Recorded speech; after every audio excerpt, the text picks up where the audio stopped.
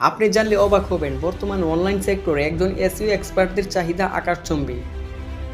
একজন এসইও এক্সপার্টকে বিপুল পরিমাণে টাকা দিতে হয়। এর কারণ কি জানেন? এর প্রধান কারণ হলো সবাই চাইলেই কিন্তু এসইও শিখতে পারে না।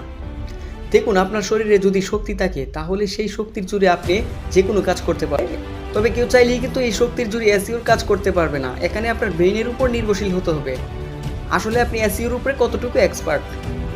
তাহলে আসুন জেনে নেই এসইও কি। অন্যান্য সবার মতো আমিও বলবো এসইওর পূর্ণরূপ হলো সার্চ ইঞ্জিন অপটিমাইজেশন। অর্থাৎ যখন আপনি আপনার কন্টেন্টকে কোনো সার্চ ইঞ্জিনের জন্য অপটিমাইজ করবেন তখনই অপটিমাইজকে বলা হয় এসইও।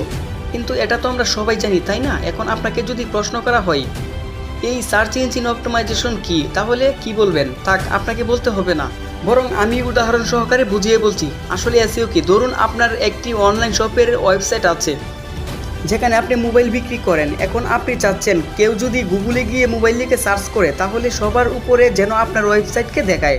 কারণ গুগলে মোবাইল লিখে সার্চ করার পর একবার শুরুর দিকে যে ওয়েবসাইটগুলোকে দেখাবে সেই ওয়েবসাইটগুলোতে বেশিরভাগ মানুষই প্রবেশ করবে। এখন প্রশ্ন হলো, গুগল মোবাইল লিখে সার্চ করার পর গুগল কেন আপনার ওয়েবসাইটকে দেখাবে? এর প্রধান কারণ হলো এসইও। অনলাইনে হাজার হাজার ওয়েবসাইট থাকতে পারে, কিন্তু গুগলকে সবাই এই বিষয়টি বোঝাতে পারে না তাদের ওয়েবসাইটটি আসলে কোন টপিকস নিয়ে কাজ করে। আর গুগল ততক্ষণ আপনার ওয়েবসাইটকে টপ র্যাঙ্কে প্রদান করবে না যতক্ষণ পর্যন্ত আপনার ওয়েবসাইটের মূল বিষয় সম্পর্কে ভালোভাবে বুঝতে পারবে। আর এই বোঝাবুঝির কাজটি সঠিকভাবে করার একমাত্র মাধ্যম হলো এসইও।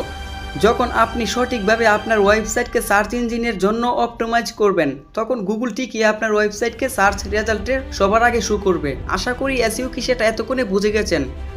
তবে এরপরও যদি বুঝতে না পারেন তাহলে সম্পূর্ণ ব্যর্থতা আমার।